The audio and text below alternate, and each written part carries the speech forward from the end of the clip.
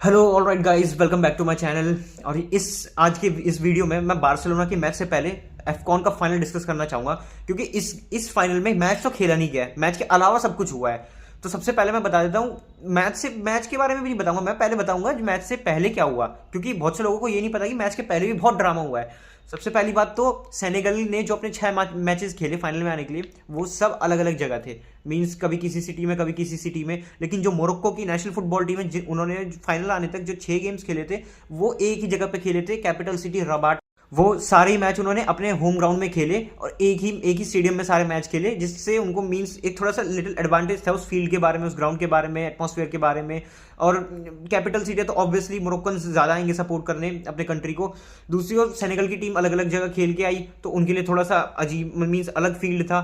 और उसके अलावा जो चीज़ हुई है मैं बता देता हूँ। 16 दिसंबर को सेनेगल की फुटबॉल टीम आई, रबाट में अराइव करी, और उनके पास सिक्योरिटी गार्ड्स थे ही नहीं। उनकी सेफ्टी के लिए कोई सिक्योरिटी गार्ड नहीं था, कोई पुलिस ऑफिसर नहीं था, और दे वर सराउंडेड बाय मोरक्कन फैंस, और जो कि बहुत ही हॉस्टाइल एनवायरनमेंट था वहाँ पे। और मीन्स इसको सिक्योरिटी कंसर्न्स को रेज किया था सेनेगल फुटबॉल एसोसिएशन ने, और कंप्लेंट भी फाइल करी थी, जिसका कोई रिप्लाई नहीं आया, ना ही कोई एक्शन लिया गया। तीसरी बात, जो ट्रेनिंग ग्राउंड अलॉट हुआ था सेनेगली फुटबॉल टीम को, वो था just opposite of Moroccan football team का जो बेस है ना, उसके अपोजिट साइड में ही अलॉट हुआ था। I think Mohammed six stadium ऐसे कुछ नाम था, स्पोर्ट्स कॉम्प्लेक्स ऐसा कुछ नाम था उस जगह का। और वहां पे उन्होंने ट्रेनिंग करी। तो ये 3 चीजें तो हुई, ड्रामा में ऐड है ही, जो लोगों को नहीं पता। अब जो गेम में हुआ वो बता देता हूँ। गेम में जैसे ही मैच शुरू हुआ, तो मीन्स होम क्राउड था मोरक्को का, उन पे थोड़ा सा प्रेशर था, और सेनेगल ने भी प्रेशर बना रखा था, क्योंकि साडियो माने वहां से लेफ्ट फ्लैंक से वो डबल डाउन कर रहे थे हकीमी को और ब्राहिम डियाज को, तो फ्लैंक नहीं चल पा रहा था मोरक्को का अपना राइट वाला। और उन्होंने पोजीशन ज्यादा रखा, सेनेगल टीम ने पोजीशन ज्यादा रखा। उन्होंने दिखा दिया कि भाई वो क्यों डिफेंडिंग चैंपियंस हैं।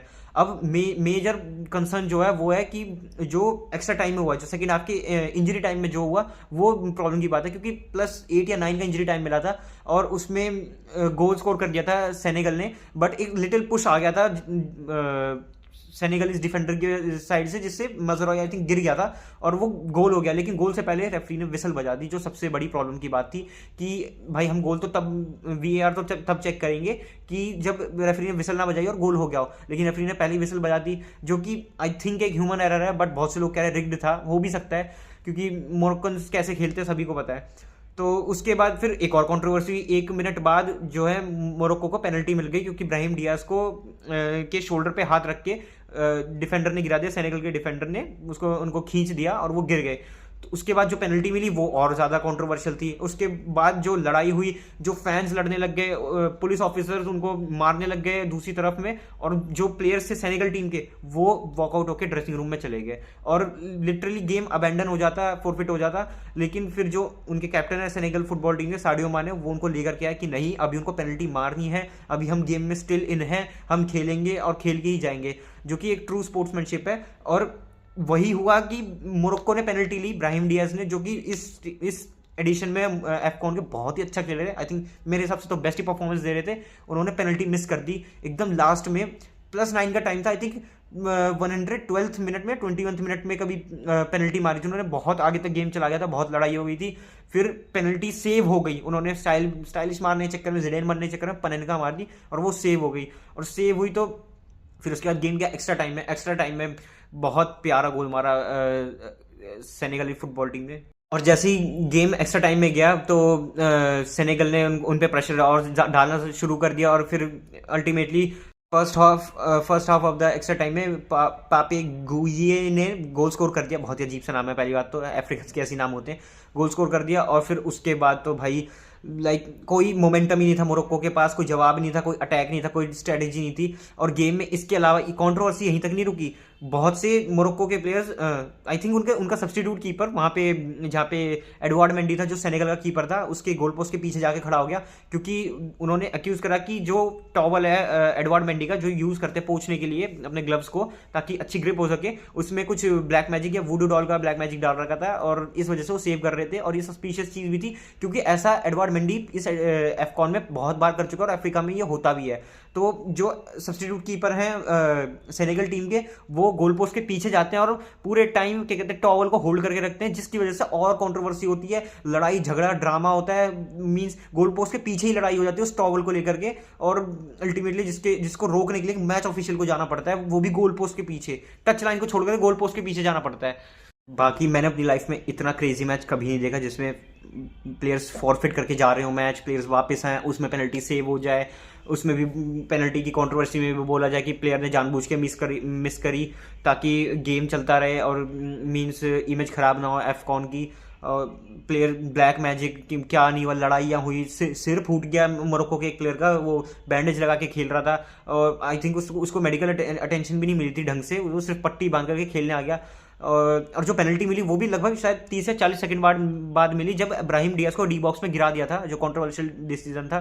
तो बहुत ही क्रेजी गेम था। एक चीज़ और मेरे को बहुत बुरी लगी कि एफकॉन में पूरे एडिशन में, पूरे कैंपेन में इब्राहिम डियाज को लाइक इन्होंने अपना भगवान मान लिया था क्योंकि बहुत ही अच्छा परफॉर्मेंस था, लेकिन भाई उसके जब वो मिस कर दी पेनल्टी तो उसको एकदम से विलन बना दिया।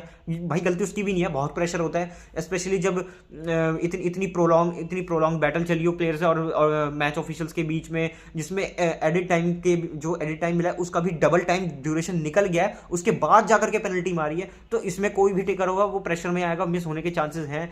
कोई बोले कि जिडेन की कॉपी कर रहा था, भाई अंदर चली जाती तो तुम ही खुश हो रहे होते। अशरफ हकीमी ने पेनल्टी मारी थी आई थिंक स्पेन के अगेंस्ट वर्ल्ड कप में, सेम पन इनका वही बीच में, वही जोन में, उसने मार दी तो हीरो बन गया, अगर नहीं मार पाता तो वो भी विलन बन जाता। तो ब्लेम करना ईजी है बट ब्लेम करना नहीं चाहिए मेरे ओपिनियन में। अब दूसरा जो गेम हुआ वो था बार्सिलोना का। भाई मैं इस गेम पे भी क्या ही बोलूं, आई थिंक 25 शॉट मारे बार्सिलोना ने, पता नहीं कितना पोजेशन रखा, उनके कितने प्लेयर सुसाइड एड के, कितने प्लेयर्स को ऑफ साइड करा अपने ऑफ साइड ट्रैप में, 5 बार आई थिंक पोल हिट करे, 7 ग्रेट चांसेस भी क्रिएट करे उन्होंने, गुड चांसेस क्रिएट करे, सारे ही मिस हुए। क्रॉस बार तो पूछो मत, कुंडे का क्रॉस बार, डैनी ओल्मो का क्रॉस बार, मार्कस रैशफोर्ड ने वो कॉर्नर लिया था, वो not crossbar, I think pole पे इतनी बार लगी। उसके अलावा ढेरों कंट्रोवर्शियल डिसीजंस उसमें भी हुए कि कभी प्लेयर ऑफ साइड हो रहा है, कभी फाउल हो रहा है, कभी कोई किसी को मार रहा है, पेड्री पे फाउल हो गया, रेड कार्ड मिल गया सोसाइडेड के प्लेयर को, वहाँ गोंसालो गोयदेस ने क्लच गोल मार दिया, उससे पहले भी एक गोल मार दिया। मींस कुछ समझ ही नहीं आ रहा था भाई क्या क्या चल क्या रहा है पूरे गेम में। आई थिंक बार्सिलोना का लक खराब था, उनके डिफेंडर्स बहुत खराब हैं, पुअर हैं, ऑफुल हैं।